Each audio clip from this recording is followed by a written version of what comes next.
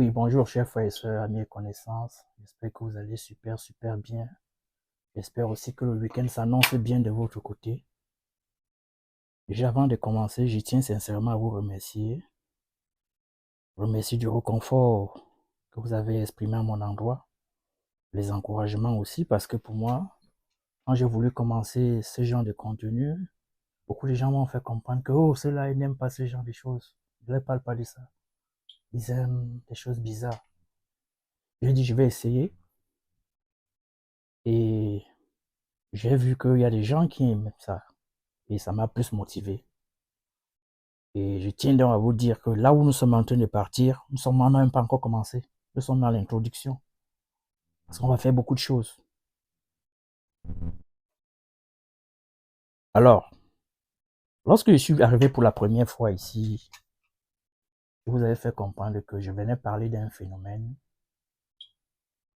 qu'on avait, qui s'introduisait dans ce monde et qui aura des conséquences terribles d'une certaine race, une certaine classe de la population. Je vous ai fait comprendre qu'il s'agissait de la précipitation de la 5e révolution industrielle. Je vous avais fait comprendre qu'on l'avait précipité à cause de la pandémie qui avait frappé le monde dans certains pays entre 2018 et 2021 ou 2022, dans d'autres pays entre 2019 et 2022. Dans le pays où je vis, nous l'avons vécu ici entre 2019 et 2022. Et pendant ce moment-là, beaucoup de choses se sont passées aux États-Unis. Entre 2019 et 2022, nous avons eu deux présidents différents, un républicain et un autre qui était démocrate. Dans ce pays-là, beaucoup de gens sont morts, énormément. On allait même pratiquement à plus de 175 000 morts pendant cette période. Beaucoup de gens sont tombés malades. Beaucoup de gens ont cessé de vivre normalement. Ceux qui travaillaient, on les appelait les travailleurs essentiels. Ceux qui étaient restés dans la maison, on les avait confinés. Alors, pendant cette période, comme je l'ai dit tantôt, ceux qui détiennent le monopole des industries, les businessmen, les industriels, les hommes d'affaires, ces riches men-là, ils ont eu des pertes financières énormes, énormes, parce que leur société avait cessé de fonctionner, puisque les gens n'y allaient plus. Ils ont donc commencé à réfléchir comment faire tourner leurs industries sans la présence d'un être humain. Parce que pour eux, c'est d'abord l'argent qui compte. Pendant que les gens pleuraient, les familles dans les maisons, eux, ils se souciaient de leur argent. Ils ont donc précipité, ils ont glissé en douce la 5e révolution industrielle. En 2020, l'année jumelle, vous-même, dites-moi, est-ce que les gens travaillaient? Non. Pourquoi on l'a glissé en 2020? Parce que pour eux, une autre pandémie pourrait arriver. Il faudrait que si cette pandémie-là arrive, les industries doivent continuer à tourner, hein, que les gens soient là-bas ou pas. Alors, lorsque j'ai eu la nouvelle, les nouvelles technologies, je les ai très rapidement parce que je suis en contact avec ces gens-là. Ce n'est pas une vantardise parce que souvent quand je vais intervenir dans les industries automatiques, je cause avec des managers là-bas qui me donnent des informations souvent. Je suis même venu dire aux gens, aux amis, que vous allez voir, Walmart va chasser tous ces caissiers. Il va les remplacer par les machines automatiques. Parce que j'avais des collègues qui sont allés, qui étaient les dernières personnes à tester ces machines-là. Parce que c'est NCR, National Cash Fund. Ils sont placés à l'Atlanta au bord de la route, la 85 et la 75. Ce sont eux qui livrent les machines à Walmart. Walmart a encore envoyé les gens les retester. J'avais des collègues qui sont partis. Parce que je pense que j'étais malade à ce moment-là. Pour ceux qui ne connaissent pas Walmart, c'est le géant du supermarché américain. Ils sont jusqu'au Mexique, ils sont au Mexique, ils sont au Canada aussi. C'est eux qui détiennent le monopole des supermarchés. Ils vendent tout à l'intérieur. Et dans chaque Walmart à l'époque, Ils pouvaient avoir pratiquement dans les minimum 6 caissiers. Parce qu'il y avait des Walmart qui avaient 10 caissiers. Alors avant, c'était quand vous arrivez à la caisse, après avoir choisi vos marchandises, vous aviez un caissier devant vous qui s'occupait de vous.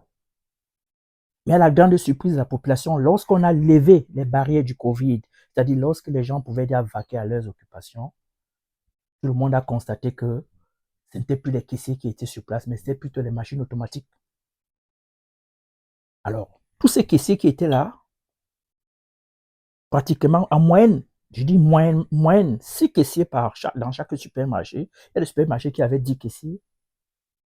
Et dans les counties, chaque county peut avoir pratiquement 3 ou 4 Walmart, supermarchés Walmart, ou même fait de la multiplication. Tous ces gens-là, on leur a dit, comme le Covid est fini là, restez là-bas une fois, ne revenez plus ici. Ils sont allés se débrouiller ailleurs. D'autres supermarchés, je ne vais pas les citer ici, ont copié la même chose. Y compris même des grandes quincailleries qui ont remplacé les caissiers par des machines automatiques. Quand vous êtes dans une quincaillerie maintenant acheter la marchandise, vous le faites vous-même, vous scannez votre marchandise vous-même, vous le mettez dans votre pouce ou bien dans n'importe et vous partez. Il y a peut-être 1 ou 2 personnes maintenant qui ont laissé à la caisse juste pour assurer le processus. Ça, le travail des caissiers déjà, c'est terminé aux États-Unis. Ils ne se sont pas arrêtés là. Ils sont allés vers les fast-food. Les fast-food, ici, ce sont les petits restaurants, les petits cafétérias rapides. Où on achète rapidement la nourriture, vous commandez votre nourriture, c'est quelqu'un qui vous servait avant. Maintenant, c'est quand vous arrivez là-bas, vous avez un écran géant maintenant, vous tapez, et puis vous commandez, on vous demande de payer, vous payez, et puis vous allez attendre quelque part. Là où vous attendez, c'est une main qui vous remet la nourriture. Comme vous voyez sur les images, c'est en exécution.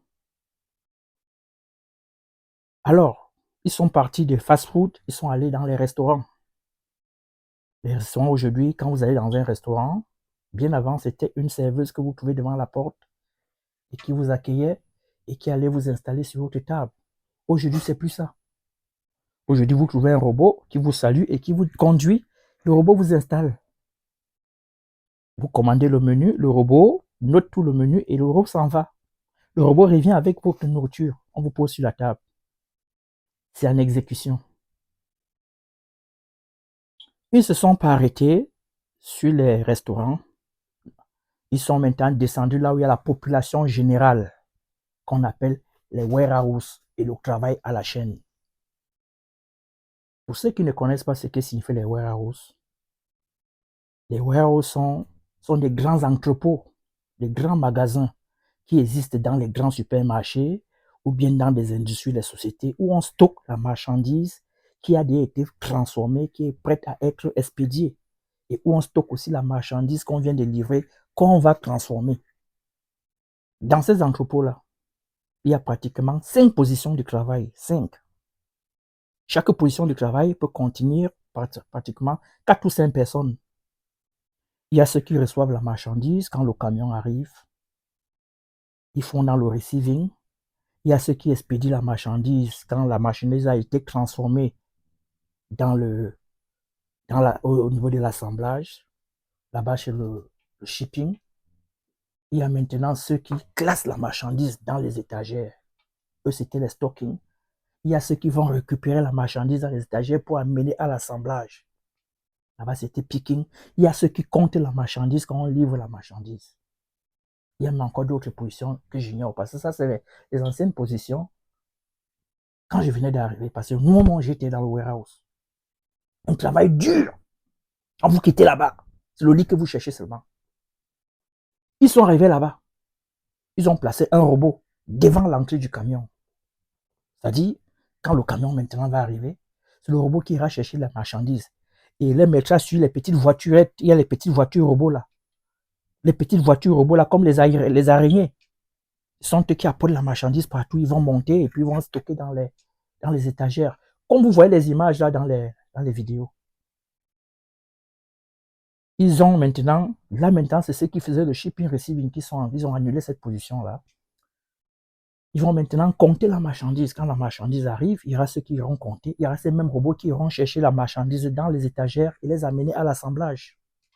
C'est en exécution maintenant.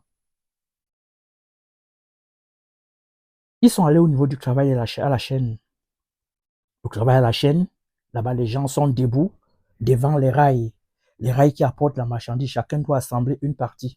Par exemple, si j'ai peut-être ce petit gadget et que mon voisin en face devait placer cette roue, je lui passe le gadget, il assemble la roue, et l'autre devait placer cette caméra blanche, l'autre place la caméra, l'autre place la roue, et ça continue parce que ça circule jusqu'à ce que le produit arrive là-bas complètement fini. Il passe maintenant au contrôle et puis on le met dans l'emballage et on l'expédie.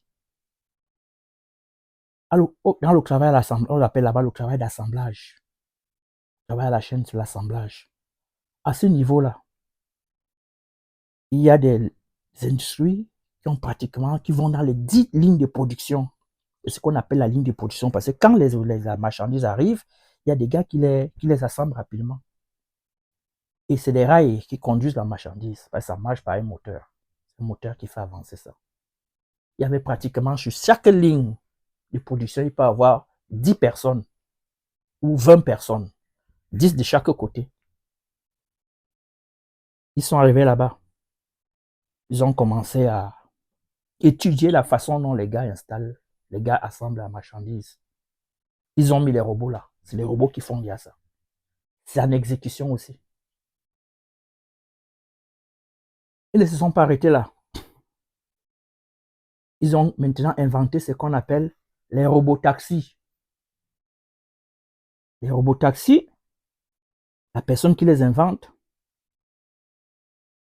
c'est Elon Musk, le président directeur de la marque Tesla. Parce que ces robots taxis même sont Tesla. Vous savez qu'il est très proche du nouveau président de la République des États-Unis, Donald Trump. Et vous savez il s'est battu pour sa campagne. Il a financé sa campagne à l'auteur de 200 millions de dollars, c'est ce qu'on dit. Lui-même, il a dit la dernière fois qu'il met ses voitures, le robotaxi dehors cette année. Les robotaxis viennent détruire qui? Ils viennent détruire Uber et Lyft. Soit Uber achètera toutes ces voitures pour les exploiter à son compte personnel. Et s'il veut tenter de faire le bras de fer, Elon va le détruire. Ça, il n'y a rien à dire là-bas. Elon va le détruire. Okay. C'est en exécution. Alors, maintenant, lorsque je dis que c'est en exécution, qu'est-ce que ça veut dire exactement? Ça veut dire que ce qu'ils vont détruire là, ils devaient détruire ça en 2021. C'est quand le régime a changé. Il y a eu changement de régime. Trump a perdu les élections. Joe Biden est arrivé. Joe Biden a dit c'est quoi ça? Joe Biden a mis tout ça de côté. Il a dit va en bourse avec ça, comme on dit au pays. Le même Trump est revenu. Et à ce moment, je voulais faire ces exposés. Mais quand Joe est arrivé, quand Biden est arrivé, je me suis dit ok, c'est bon. Mais le même type qui avait donné l'ordre qu'on mette ça en marche est de retour. Ah, ils ont tout gagné. Ils ont tout gagné. Vous les avez vus à son investiture. Vous avez vu tous ces gens-là. Ils étaient tous là-bas. Les Zuckerberg, les Elon Musk, comment on appelle le type d'Amazon là, Jeff Bezos. Ils étaient tous là-bas. Les Tim Cook. Ils l'ont porté comme ça. C'est pour leur intérêt personnel. Précipiter la 5e révolution industrielle. Alors, maintenant, je vais vous poser une question, les gars. Ne dites pas que je suis en train d'exagérer. Les boulots que je viens de citer là maintenant, j'ai cité 6 boulots. J'ai cité les caissiers, j'ai cité le travail au restaurant, j'ai cité les fast-food, j'ai cité le warehouse, j'ai cité le travail à la chaîne et j'ai cité les taxis robots. Quelle est la race majoritaire qui fait ces boulots? Dites-moi.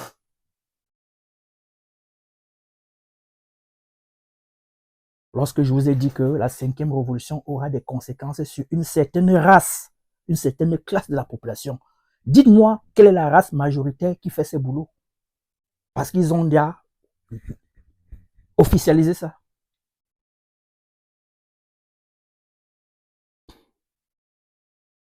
Vous ne voulez pas me dire, hein, la race majoritaire qui fait le boulot là, il ne faut pas avoir peur de dire, ce sont les Noirs. À 96%, les Noirs.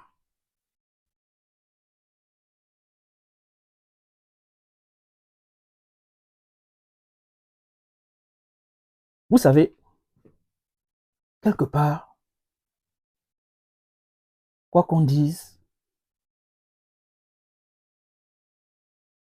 l'intelligence artificielle là, la robotique est économique pour les industries. Vous voulez qu'on vous dise la vérité.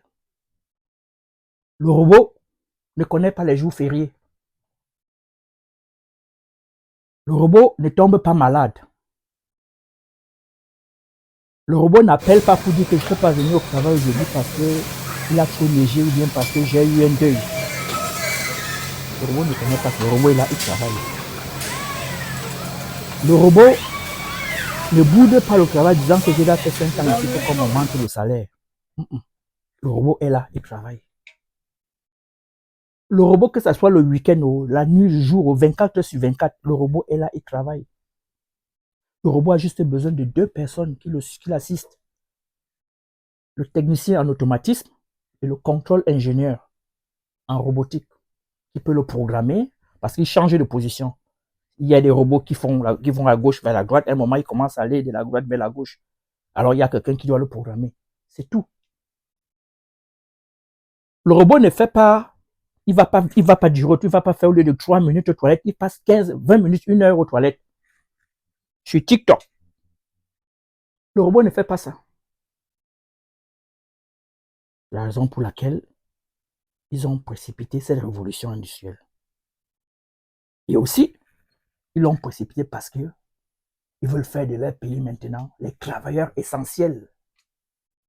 Ça sera très dur pour vivre aux États-Unis. Très, très dur, les gars. Parce que vous entendez les nouvelles. Ils sont en train de déporter. Ils sont en train de déporter déjà les immigrés clandestins.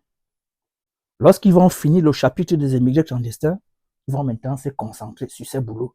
Ils appellent les boulots là la racaille.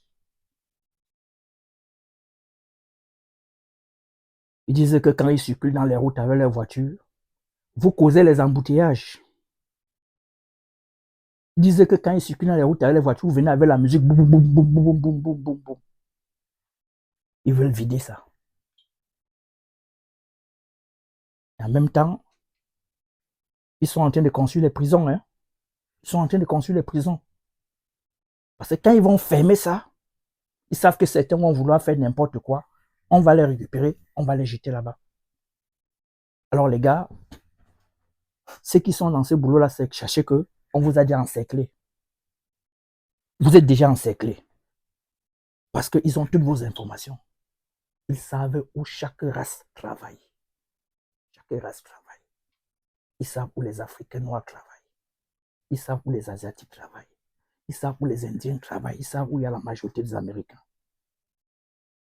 Ils vous sont déjà cernés.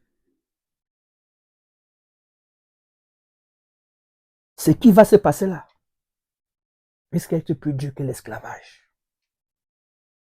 Parce que les esclaves ne payaient pas les factures. Même comme ils étaient maltraités. Les esclaves ne payaient pas la manger. Ils ne payaient pas le mortgage ou le loyer. Même s'ils dormaient sur les planches. Vous allez faire comment lorsqu'on va fermer tous ces boulots-là? Vous allez payer vos factures avec quoi? Ça, c'est les pays où on ne négocie pas avec le poulet à la fin du mois. Tu donnes au bailleur, le bailleur va prendre le poulet si on va voir le reste après. Bien, le bailleur va voir le barman là, tu te donnes d'abord 2 bières, on va voir après. Ici, non, on ne fait pas ça ici.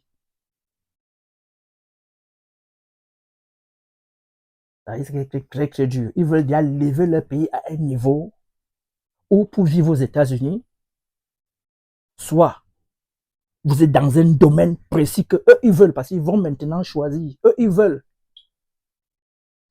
soit vous retournez là où vous êtes venu parce qu'ils savent que ce sont les immigrés africains qui font ce boulot. Ils ont toutes vos informations. C'est aussi un autre système d'anti-immigration.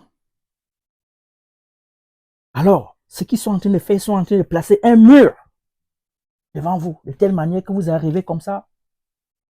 Mais comment? Vous ne pouvez plus avancer. Soit vous retournez où vous êtes venu, soit vous crevez sur place. Parce qu'ils ont compris que ce boulot-là, même comme c'est dur, ça nous a permis de s'intégrer dans ce pays. Moi-même, j'ai été là-bas.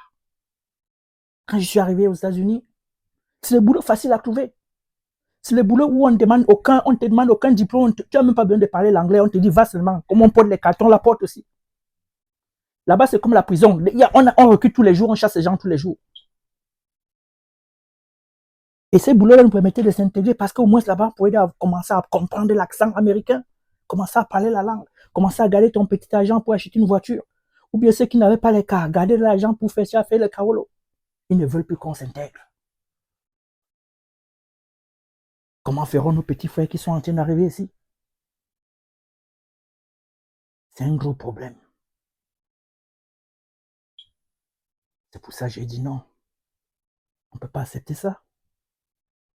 On a souffert de l'esclavage.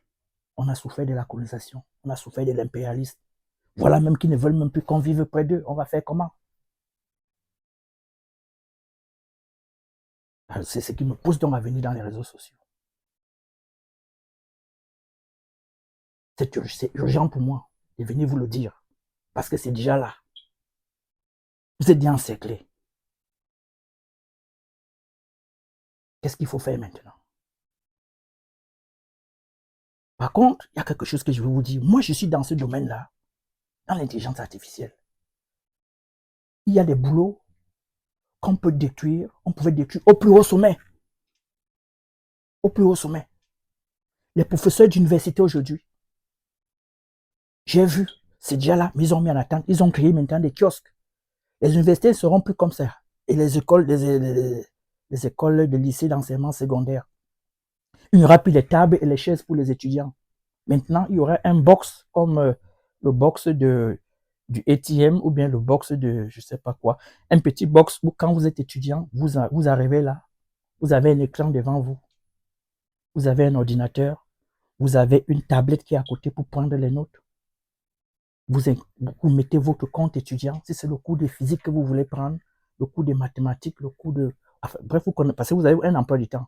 Vous venez net, un peu comme quand vous allez à l'école. Si le cours de mathématiques devait commencer à 14 heures, vous êtes là à 14 heures. Vous arrivez, vous mettez votre compte étudiant. Et vous avez maintenant un professeur virtuel qui apparaît devant vous. Il vous salue, vous le saluez, vous avez les écouteurs, vous commencez à communiquer. Vous communiquez, il commence à expliquer le cours. Vous prenez les notes, il fait les petits devoirs au tableau, sur son tableau, vous faites ça sur la tablette, il corrige, il dit c'est pas comme ça. C'est déjà là. C'est des choses que j'ai vues. Le professeur virtuel est là. Ils vont détruire le professeur physique. Mais ils ont pris ça, ils ont mis en attente. L'intelligence artificielle aujourd'hui peut détruire certains chirurgiens.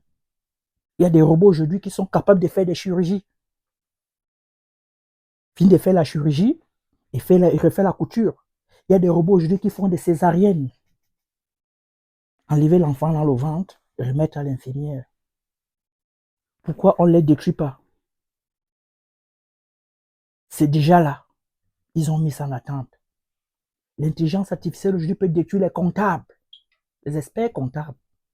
Il y a des logiciels aujourd'hui, vous mettez juste vos données, ça vous sort tous les états de comptabilité avec des réponses nettes. Ils ont mis ça de côté. L'intelligence aujourd'hui peut détruire les traducteurs, ceux qui parlent 3, 4, 5, 6 langues. Il y a des logiciels aujourd'hui, comme je m'exprime en français, ça traduit en arabe, ça traduit en chinois, avec l'accent de leur pays. Ils ont mis ça de côté. Je ne veux pas continuer à les citer. Pourquoi c'est seulement la petite classe là qu'ils ont commencé à détruire? Posons-nous les bonnes questions, les gars. Parce qu'ils ne veulent plus de vous, je le répète. C'est une vérité qui est dure à accepter. Alors, on fait comment maintenant? Qu'est-ce qu'on fait? Voilà un problème qui est sur la table. Tous les boulots que j'ai cités là, c'est les Noirs qui font ces boulots à 98%. Certains. On fait comment? On va retourner là-bas, en Afrique? C'est bien de retourner en Afrique, mais il faut bien retourner. Parce que ce qu'ils veulent faire là, ils vont vous appauvrir. Parce que qu'est-ce qui va se passer? Quand vous allez commencer à vous diriger dans d'autres domaines de boulot, ils auront l'information que là-bas, par exemple, si c'est les maisons de retraite, parce qu'eux, ils veulent bien qu'on s'occupe de leurs grands-pères, de leurs parents là-bas, les mourants là. On les nettoie bien, on les s'occupe. Si vous retournez là-bas et qu'actuellement là-bas, on paye par exemple 12 dollars de l'heure, ils vont diviser le salaire en deux pour vous appauvrir.